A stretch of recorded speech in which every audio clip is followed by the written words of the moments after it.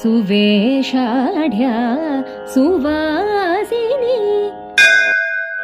कामेशबद्ध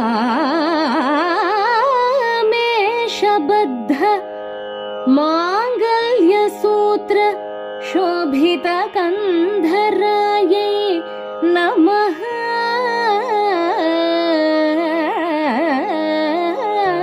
Prostrations to the Divine Mother, who shines as the very personification of auspiciousness due to the most sacred Mangalasutram that is tied around her neck by Ishvara himself.